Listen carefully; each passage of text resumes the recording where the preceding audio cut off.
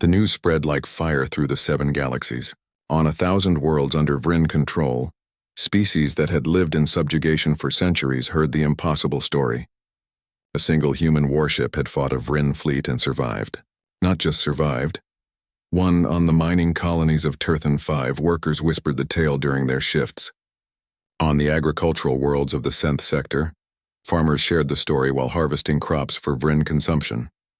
In every corner of the empire, the enslaved and the conquered asked the same question. If humans could resist, why couldn't they? High Arbiter Yejin felt the tremors through the neural network. Unrest. Doubt. Questions. For 12,000 years, the Vryn had maintained control through the perception of invincibility.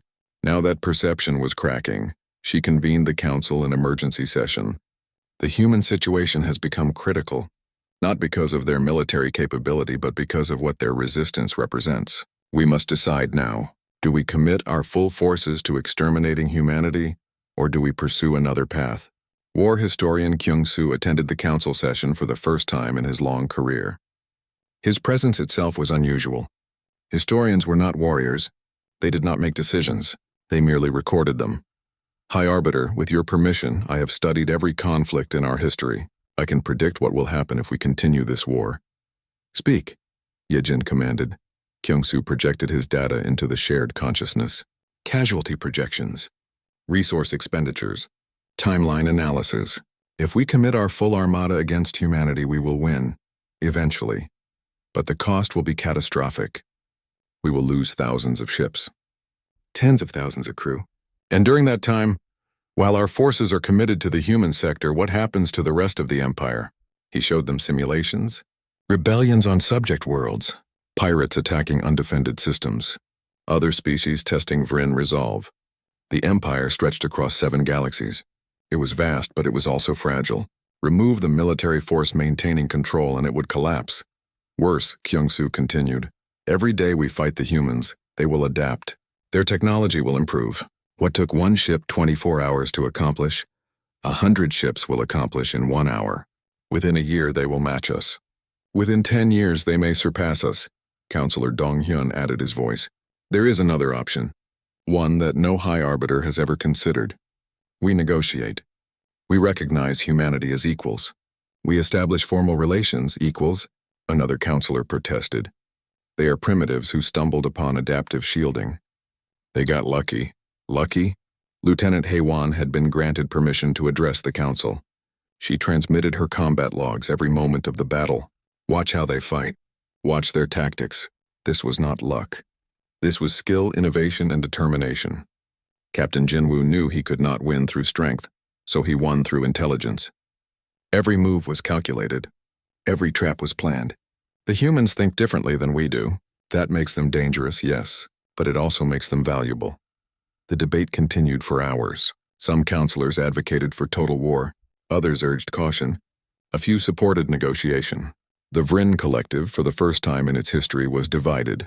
Commander Tai-min waited in his quarters, relieved of command but not yet punished. The disgrace of retreat weighed on him, but something else weighed more heavily. Respect. He had fought Captain Jinwoo for 24 hours. He had watched the human adapt, improvise, survive against impossible odds. That took more than luck. That took excellence. When the summons came, Tai-min expected execution. Instead, he received new orders. He was to travel to a neutral station at the border of human space. He was to meet with human representatives. He was to negotiate. The word tasted strange in his mind. Negotiate. The Vryn did not negotiate. Except now they did. Captain Jinwoo stood in the docking bay of Neutral Station Harmony, watching the Vryn shuttle approach. Admiral Sun-ho stood beside him. Commander Miran waited with a security detail. Earth's government had debated for 3 days before agreeing to this meeting. Many wanted to reject any discussion with the Vryn. But cooler heads had prevailed. War was expensive. War was deadly, and while humanity had proven it could hurt the Vryn, no one believed they could actually win a prolonged conflict. Not yet, maybe not ever. Better to talk first and fight later if needed. The Vryn shuttle docked. Commander Tai-min emerged, accompanied only by Lieutenant Haewon. The Vrin commander's pale blue skin seemed dimmer than in the recordings. His 3 eyes studied the humans with an expression that might have been curiosity. "Captain Jin Woo," Taemin said in perfect English, translated through a device on his collar. "We meet at last without weapons between us."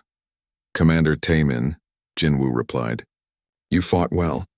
Under different circumstances, I think we might have been allies. That is why I am here, to determine if such circumstances can exist." They moved to a conference room. No weapons. No guards beyond the security detail outside. Just soldiers who had tried to kill each other now attempting to talk. Taemin spoke first. "My people have ruled for 12,000 years. In that time, we have never encountered a species capable of resisting us effectively. You are the first. That makes you either a threat to be eliminated or an asset to be valued." "And which do you think we are?" Admiral Sun Ho asked. "Both. The question is which matters more." Lieutenant Haewon activated a holographic display. "This is the Vrin Empire. 7 galaxies, thousands of species, millions of worlds. We maintain order. We prevent chaos, but we do so through force. It is inefficient, and as you have proven, it is not absolute." She changed the display. "This is what the Council fears. If we commit our forces to destroying humanity, other species will rebel. We will fight wars on 100 fronts. The Empire will fracture. Everything we have built will collapse." Jin Woo understood. "So you need us to stand down, to accept subjugation peacefully?" "No," Taemin said quietly. "We need you to teach us." The humans exchanged glances. "Teach you what?" Commander Miran asked. "How to adapt. The Vrin have not changed in 12,000 years. We use the same ships, the same weapons, the same tactics that won us our first galaxy. We are stagnant. You defeated us not because your technology was superior, but because your thinking was different. In 24 hours, you accomplished what should have been impossible. That is not technology. That is innovation." Counselor Dong Hyun appeared via hologram. "Captain Jin Woo, the Vrin Council offers humanity recognition as a sovereign species. We will withdraw from your territory. We will establish formal diplomatic relations, and in exchange we ask that you share your knowledge, not your weapons but your methods, how you train your officers to think creatively, how you encourage innovation, how you adapt so quickly." Admiral Sun Ho leaned back in his chair. "And what happens to all the other species in your empire? The ones you conquered?" "That," Dong Hyun admitted, "is a question we are still debating. Some counselors argue that maintaining control is necessary. Others believe that allowing more autonomy would strengthen rather than weaken us. Your victory has forced us to reconsider assumptions that have guided us for millennia." The negotiations continued for days. In the end, a treaty was drafted. Humanity would be recognized as equals. The Vrin would withdraw from human space and establish a demilitarized zone. In exchange, human military advisors would work with Vrin forces to reform their training and tactical doctrines. More importantly, the Vrin agreed to gradually grant autonomy to subject species, beginning with those who had been most loyal. It would take decades, perhaps centuries, but the Empire would transform from a tyranny into something resembling a federation. Captain Jin Woo watched the treaty signing with mixed feelings. They had won, but at a cost. 43 crew members had died on the Defiant Dawn, hundreds more in the relief fleet, and there was no guarantee the Vrin would honor the treaty forever. "Do you trust them?" Engineer Daun asked quietly. "No," Jin Woo replied. "But I don't have to trust them. I just have to make sure they fear us enough to keep their word. And after what we did to their fleet, I think they'll remember that fear for a long time." 3 years passed. The Defiant Dawn was placed in a museum on Earth, a monument to the day humanity proved it would not bow to empires. Captain Jin Woo retired to teach at the Naval Academy, training the next generation of officers in adaptive tactics. Commander Taemin and Lieutenant Haewon led the reformed Vrin military. Their ships now included human advisors. Their training emphasized flexibility over rigid doctrine. Slowly, painfully, the Vrin learned to change. Commander Miran led the joint Vrin-human patrol fleet that protected the border regions, former enemies working together against pirates and external threats. It was strange, awkward, and often frustrating. But it worked. On worlds throughout the 7 galaxies, enslaved species watched and hoped. The Vrin had blinked. The Eternal Empire had shown weakness, and if they could change once, they could change again. In a quiet museum, visitors walked past the Defiant Dawn and read the plaque beneath it. The words were simple but powerful. One ship, one crew, one moment of courage. Sometimes that's all it takes to change the galaxy. The nebula swallowed the Vryn fleet like a living thing. Streams of ionized gas glowed red and purple, beautiful and deadly. Magnetic storms played havoc with sensors. The neural network that connected all Vryn ships began to fragment, disrupted by the dense particle clouds. Commander Tae-min felt the disconnection immediately. For the first time in 300 years, he could not sense the other ships in his fleet. Each vessel became an island, forced to rely on short-range communications and visual sensors. It was like losing half his senses. "Maintain formation," he ordered. "Do not pursue individual contacts. Stay together."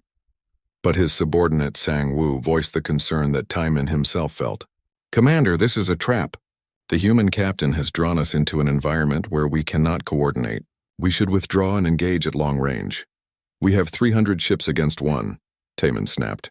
"Even blind and deaf, we outnumber them overwhelmingly. The High Arbiter has commanded this human ship destroyed. We will not fail again." Deep in the nebula, the defiant Dawn moved through the gas clouds like a ghost. Captain Jin-woo watched his sensors carefully. The Vryn formation was breaking apart, ships spreading out to search for him. "Perfect. Engineer Dayun, status on the reactor?" "Running hot, Captain. I've got maybe 30 minutes before we need to shut down. Then we make these 30 minutes count. Jae-sung, take us toward grid reference 7. Nice and slow." The defiant Dawn drifted through the nebula, barely using its engines. On the tactical display, Jin-woo watched 3 Vryn destroyers move into the area he had mined most heavily. He waited until they were in the center of the kill zone. "Detonate mines 7 through 15. The fusion mines exploded simultaneously. Each mine was equivalent to a 100 megaton nuclear weapon. 8 of them detonated within 2 kilometers of the Vryn destroyers.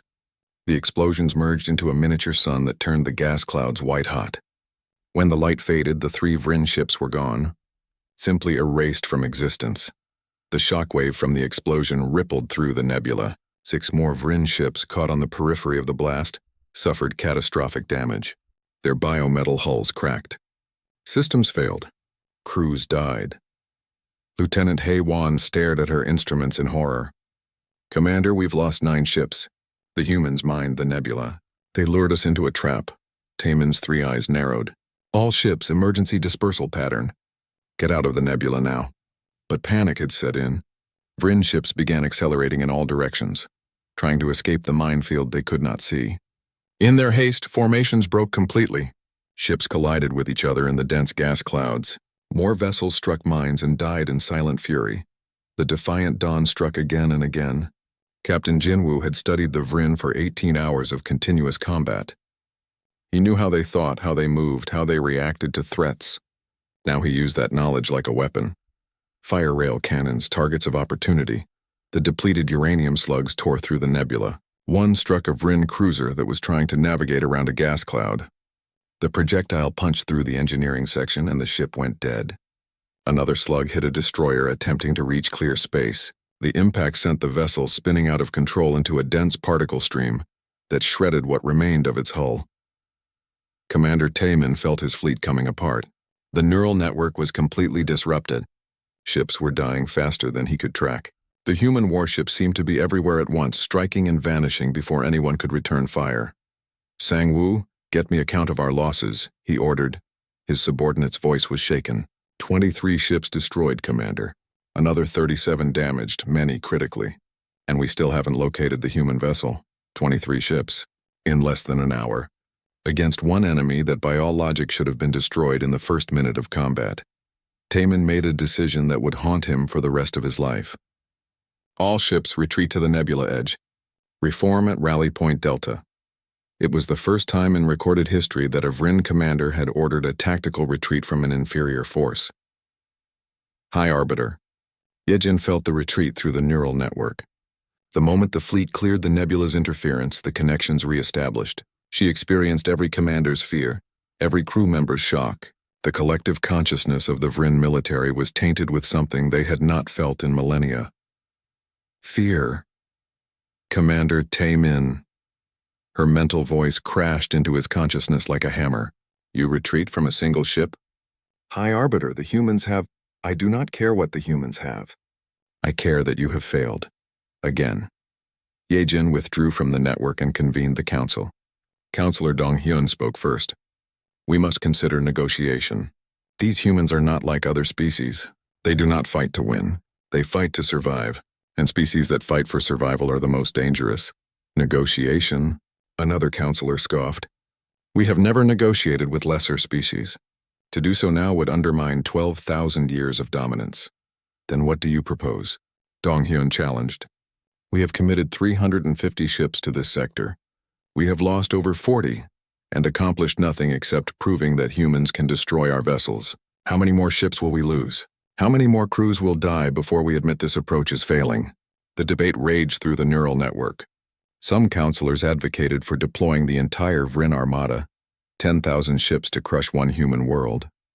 Others suggested withdrawing to study human technology and develop counters. A few, led by Dong-hyun, quietly whispered the unthinkable: peace. War historian Kyung-soo submitted his report directly to the council debate. The data was clear. Every species that had initially surprised the Vrin had proven capable of rapid technological advancement. The Saleth, the Morvan, others whose names were forgotten, all of them had adapted faster than the Vrin could respond. Humanity had gone from first contact to defeating a sector annihilation fleet in less than 24 hours. What would they be capable of in a month? A year? A decade? On the defiant dawn, Captain Jinwoo watched the Vrin fleet retreat. His crew cheered, exhausted but triumphant. They had survived. Against all odds, they had survived. Captain, incoming transmission from Admiral Sunho, the communications officer reported. Sunho's face appeared on the screen. Jinwoo, the relief fleet is arriving now. Commander Miran is bringing 12 ships. Well done, Captain. Well done. Jinwoo nodded wearily. We got lucky, Admiral. And we won't get lucky twice. These Vrin will adapt. They'll come back stronger. I know. That's why we're adapting too. Every ship in the fleet is being upgraded with your shield design. We're tripling rail cannon production, and we're building more ships like the Defiant Dawn. Sunho paused. You've bought us time, Captain. Now we'll use it to show these aliens that humanity doesn't scare easy. As the relief fleet arrived, Commander Miran's ships spread out in defensive formation. Her 12 warships were all equipped with adaptive shields and enhanced kinetic weapons. The sight of them made Commander Taemin's remaining confidence crumble. The humans had not sent their only ship. They had sent their experimental ship. The rest of their fleet was coming. And if one ship could do this much damage, what could 100 do? For the first time in his long career, Taemin understood that the Vrin Collective might have finally encountered an enemy they could not defeat through force alone. High Arbiter Ye-jin convened the Vrin Council within the neural network. 7 minds, each representing a galaxy under their control, merged into a single consciousness. The news from the human sector burned like acid through their collective awareness. 8 ships destroyed, 12 damaged, 1 primitive warship, Counselor Dong-hyun stated. His mental voice carried disbelief. How is this possible? Ye-jin projected the battle data into their shared consciousness. The council watched Captain Jinwoo's tactics, the adaptive shields, the brutal efficiency of kinetic weapons. When the replay finished, silence dominated the network for a long moment. We authorized deployment of a sector annihilation fleet, Ye-jin declared. 300 ships. This human infestation will be burned from existence. On the Vrin home, World War historian Kyung-soo received the council's decision with growing dread.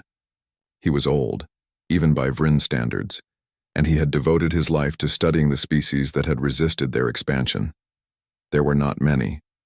Perhaps 20 civilizations in 12,000 years had managed to bloody the Vrin before falling. But there was a pattern, always a pattern. Kyung-soo accessed the ancient archives, pulling up records from 3,000 years ago.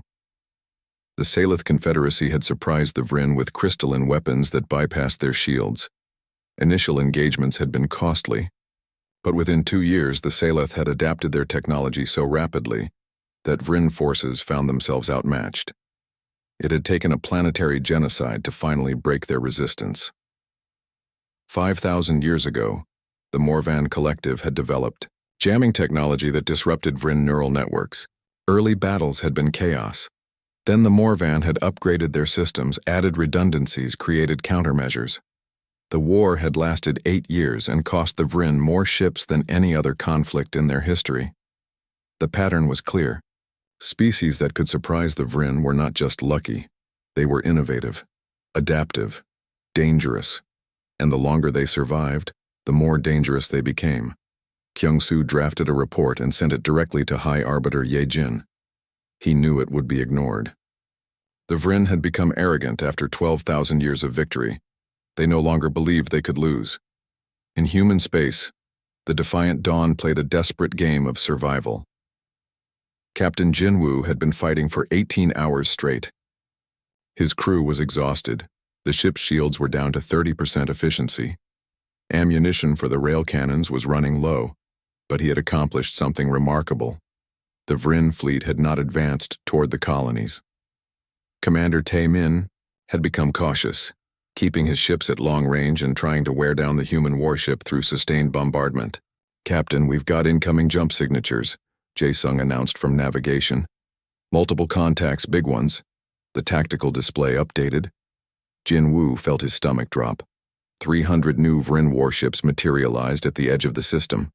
The Sector Annihilation Fleet had arrived. Engineer Da-yoon's voice came through the intercom. "Captain, I can give you maybe 1 more hour at full power. After that, the reactor will need a complete shutdown for repairs or it'll melt down." Jin-woo studied the tactical situation. 340 Vryn ships now surrounded him. The relief fleet from Earth was still 3 hours away.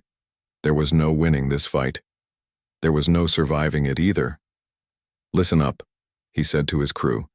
"I'm transmitting all our tactical data to Admiral Sun-ho right now. Everything we've learned about these aliens, every weakness we've found, it's all being sent home. Our job is done. We proved that humans can fight these bastards. We proved they can bleed." He paused, choosing his next words carefully. "I'm giving anyone who wants it permission to evacuate via the escape pods. You've all earned it. You've all done more than anyone could ask." Silence answered him. Then Engineer Da-un spoke. "With respect, Captain, if you think I'm abandoning my reactor in the middle of a fight, you don't know me very well." "Navigation staying put, sir," Jae-sung added. "Someone's got to fly this boat." One by one, every crew member reported in. No one was leaving. Jin-woo felt a surge of pride that nearly broke through his exhaustion. Then let's give them a fight they'll remember for the next 12,000 years. Commander Tae-min watched the human warship from the bridge of the Eternal Fist. Science Officer Bo-ra stood beside him, analyzing the data they had collected over 18 hours of combat. "The humans are tactically unpredictable," she reported. "They do not follow standard combat doctrines. Watch this." She played back a sequence where the Defiant Dawn had used a destroyed Vryn ship as cover, actually pushing the wreckage toward incoming plasma fire to create a shield. "No Vryn commander would think of this. We treat our ships as sacred. The humans treat everything as a potential weapon." Tae-min studied the analysis. The human ship was damaged, running low on ammunition, clearly at the end of its capabilities. The logical action would be to surrender. Instead, it was moving toward the nebula cluster at the edge of the system. "What is in that nebula?" he asked. Lieutenant Hae-won checked her sensors. "Heavy particle density, magnetic interference. Our sensors will be partially blinded in there. Communication through the neural network will be disrupted." "And the human ship?" "They appear to be equipped for operations in high-interference environments. Their technology is more primitive, less dependent on sophisticated sensors." Tae-min understood. The human captain was not running away. He was choosing his battleground, drawing the Vryn fleet into an environment where their technological superiority would be reduced. "Inform the fleet," Tae-min ordered. "We pursue, but maintain tight formation. Do not let them separate us." But even as he gave the order, Tae-min felt that new emotion again. Doubt. This human captain had proven too clever, too resourceful. What other surprises did he have waiting in that nebula? On Earth, Admiral Sun-ho received Captain Jin-woo's final data transmission. Engineers were already analyzing it, designing countermeasures, preparing new weapons. But it would take weeks to implement, maybe months. Jin-woo and his crew did not have weeks. "Sir, the relief fleet is still 2 hours out," his second-in-command reported. Should we signal Captain Jinwoo to disengage? Sun Ho shook his head. Jinwoo knows the situation, he's buying us time. The best thing we can do is make sure his sacrifice means something. He turned to the engineering teams. I want production of those adaptive shields started immediately. Every ship in the fleet gets upgraded. And someone figure out how to make our rail cannons hit harder. If kinetic weapons are our advantage, let's exploit it. In the nebula, Captain Jinwoo prepared his final surprise. The Defiant Dawn's cargo bay held 30 fusion mines, originally meant for defensive fortifications. His crew had been deploying them throughout the nebula for the last hour, creating a minefield that the Vrin sensors could barely detect through the interference. All mines deployed and armed, Engineer Da-un reported. Remote detonation standing by. Jinwoo watched the Vrin fleet enter the nebula. 300 ships advancing in formation, hunting a single damaged human warship. He smiled grimly. Time to show them that humanity had learned a thing or two about hunting. The first volley from the Vrin fleet should have ended everything. 30 ships opened fire simultaneously, their plasma cascade weapons releasing torrents of superheated energy that could melt through planetary crust. The beams converged on the Defiant Dawn from multiple angles, a killing pattern perfected over millennia of conquest. Commander Tae-min watched with satisfaction. In 3 seconds, the human ship would be vaporized. In 10 minutes, his fleet would begin orbital bombardment. By morning, this sector would be part of the Vrin Collective. Another footnote in their endless history of victories, the plasma beam struck the Defiant Dawn dead center, and something impossible happened. The human warship's shields flared bright blue, then seemed to ripple like water. The plasma energy hit the barrier and scattered, redistributing across the entire shield surface. Instead of concentrating force on one point, the beams spread out, their power diluted. The Defiant Dawn shuddered but held together. Lieutenant Haewon's 3 eyes widened in shock. Commander, their shields are adapting to our weapons. The energy is being absorbed and dispersed across their entire defensive grid. Tae-min leaned forward. That's impossible. No species develops adaptive shielding until they've been fighting for at least a century. These humans just discovered us today. Before he could issue new orders, the Defiant Dawn returned fire. The human ship's rail cannons were primitive by galactic standards.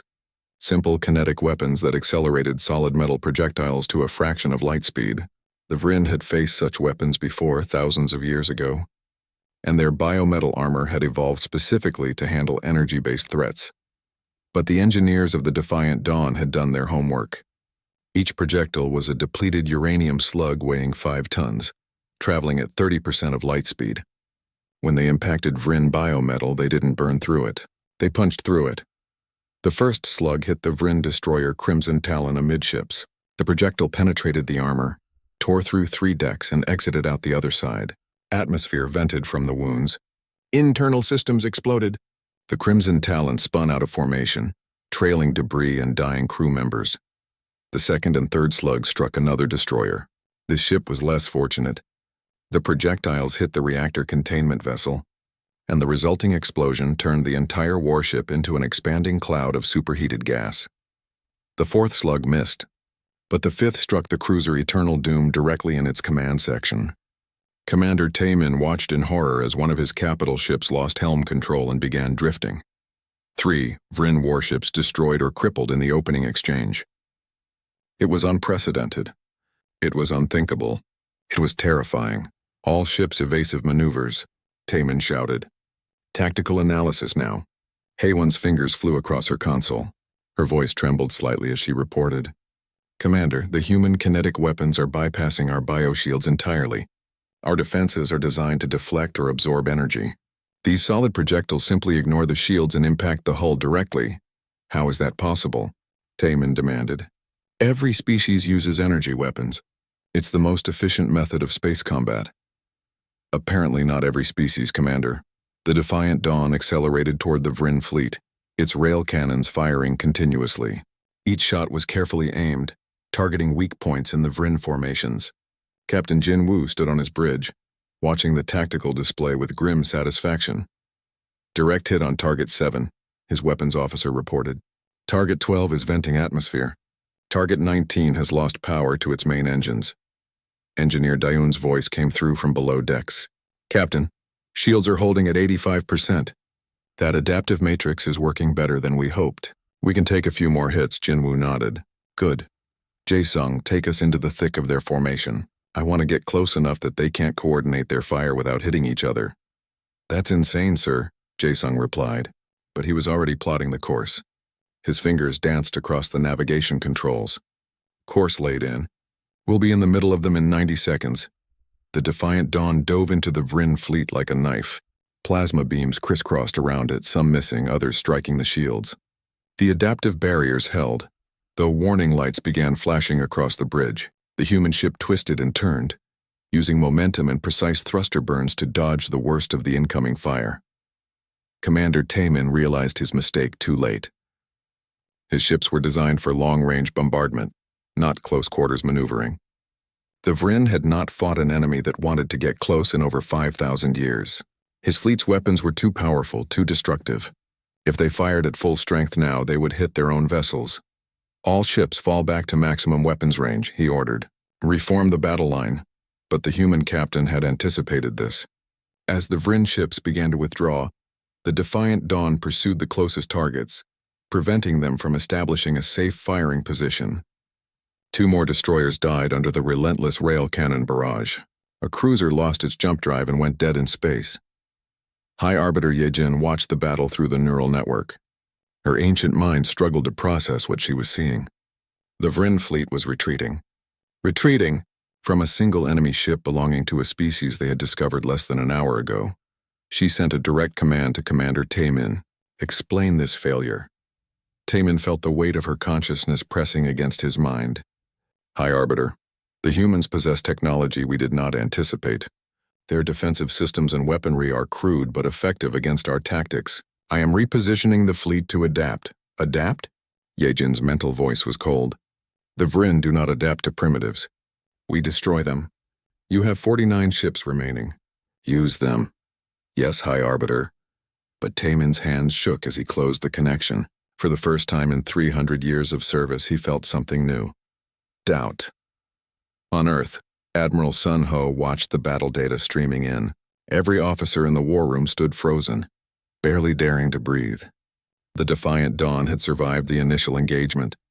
More than survived. It had drawn blood. Captain Jinwoo is performing beyond all expectations, Sun Ho said quietly. But he can't keep this up. One ship can only do so much, his second-in-command nodded. The relief fleet won't arrive for another 6 hours, sir. Can he hold that long? Sun Ho studied the tactical display. The Vryn were regrouping, moving to longer range where their numbers would matter more. The Defiant Dawn's shields were degrading. Its ammunition was limited. Physics and mathematics did not care about courage or skill. Eventually the numbers would win. Signal all nearby vessels, Sun Ho ordered. Maximum speed to that sector. And get me the engineering teams. I want to know how to mass-produce those adaptive shields. If one ship can do this, imagine what 100 could do. In space, the battle continued. Captain Jinwoo knew he could not win. That had never been the objective. But every minute he kept the Vryn occupied was another minute for civilians to escape. Another minute for Earth to prepare. Another minute to prove that humanity would not submit. The Defiant Dawn fired again. Another Vryn ship fell. And Commander Taemin, for the first time in his long career, wondered if the Vryn Collective had finally encountered something they could not conquer. The darkness between stars held no mysteries for the Vryn Collective. For 12,000 years they had ruled over 7 galaxies with absolute authority. Their warships moved through space like living creatures, biomechanical monsters that fed on the energy of defeated worlds. No species had ever challenged their dominance and survived. Commander Taemin stood on the bridge of his flagship, the Eternal Fist. His skin was pale blue, almost translucent, and his 3 eyes scanned the holographic displays before him. He had commanded fleets for 300 years, and every encounter followed the same pattern. A new species would be discovered. They would resist. They would fall. It was the natural order of the universe. Today's sensor reading showed something different, though. A small cluster of colonies in an uncharted sector, belonging to a species that called themselves humans. The initial scans were disappointing. Primitive fusion reactors, basic kinetic weapons. Their fastest ships barely managed to break light speed. Taman felt a twinge of boredom. This would be over in a matter of hours. High Arbiter Ye-Jin watched from the Vrin homeworld, her consciousness linked to every ship in the fleet through the neural network. She was ancient, even by Vrin standards, having guided the collective for 2,000 years. The discovery of humanity meant little to her. They were insects to be catalogued and absorbed into the Empire. She sent the command through the network. 50 warships would be dispatched. Standard subjugation protocol. The humans would be given one chance to surrender. When they refused, as primitives always did, the fleet would demonstrate the consequences of defiance. A few orbital bombardments usually convinced survivors to accept Vrin rule. Taemin received his orders and smiled. 50 ships for this task was generous. He could have managed with 10. But the High Arbiter was thorough, and the Vrin did not believe in taking chances. The fleet assembled in formation, each ship stretching nearly 2 kilometers in length. Their biometal hulls pulsed with stored energy, weapons charged, jump drives activated. The journey took 6 days. The Vrin fleet emerged from faster-than-light travel at the edge of the human territory. Taemin immediately deployed sensor drones to map the system. 13 colonies spread across 5 planets. Total population approximately 8 million. Pathetic, really. Most Vrin cities held more inhabitants than this entire sector. The humans detected them almost immediately. Taemin watched their communications channels light up with panic. Distress signals, emergency broadcast, civilian ships fleeing toward the outer planets. It was all so predictable. He had seen this dance 1,000 times before. What surprised him was the single warship that began moving to intercept his fleet. One ship. Against 50 of the most powerful vessels ever constructed, Taemin's tactical officer, Lieutenant Hei-Wan, brought up the scanner data. The human warship was smaller than their smallest escort vessel. It appeared to be newly constructed with unusual energy signatures emanating from its reactor core. Its weapons were laughable. Solid projectile cannons, missile tubes, nothing that could scratch Vrin biometal armor. "They are hailing us, Commander," Hei-Wan reported. Her voice carried a note of curiosity. In her 30 years of service, she had never seen a single ship challenge a subjugation fleet. Taemin activated the communication channel. A human face appeared on the display, male with dark hair and eyes that showed no fear. The human wore a military uniform with insignia that suggested command authority. "I am Captain Jinwoo of the Terran Defense Force warship Defiant Dawn," the human said. His voice was steady. "You have entered sovereign human territory. State your intentions or withdraw immediately." Taemin laughed. The sound echoed across the bridge. Several of his officers joined him. The audacity of this primitive creature was almost admirable. "I am Commander Taemin of the Vrin Dominion Fleet," he replied. "Your species has been selected for integration into the collective. Surrender your colonies and your people will be spared. Resist and we will turn your worlds to ash. You have 1 hour to decide." Captain Jinwoo's expression did not change. "I'm afraid that's not acceptable. Leave our space now, or we will use force to remove you." The communication channel closed from the human's end. Taemin stared at the blank screen in disbelief. In 12,000 years of conquest, no species had ever terminated a negotiation with the Vrin. The arrogance of these humans was staggering. Lieutenant Hei-Wan checked her instruments. "Commander, the human warship is moving to a position between our fleet and their colonies. They appear to be defending." "One ship," Taemin said slowly. "They send one ship to stop 50. He felt something he had not experienced in decades. Not fear, certainly not that, but perhaps a flicker of interest. These humans were either incredibly brave or incredibly stupid, possibly both. On Earth, Admiral Sun Ho sat in the war room deep beneath the planet's surface. Holographic displays showed the Vrin fleet and the Defiant Dawn's position. Every officer in the room understood the mathematics. 50 against 1. They had minutes, perhaps an hour at most, before humanity's newest and most advanced warship was destroyed. But the Defiant Dawn was not meant to win. It was meant to buy time. Time for the colonies to evacuate. Time for Earth's main fleet to prepare. And most importantly, time to gather intelligence on these invaders. Every second of combat data would be transmitted back to human space, analyzed and used to develop countermeasures. Captain Jinwoo understood his mission. The Defiant Dawn was an experimental vessel, equipped with adaptive shielding that could redistribute energy from incoming weapons. Its reactor used a new fusion process that generated 3 times the power of standard human reactors. The engineers had called it a breakthrough. Now it would be tested in the only way that mattered. He addressed his crew. All hands battle stations. I won't lie to you. We're outnumbered and outgunned. But we're human, and humans don't surrender.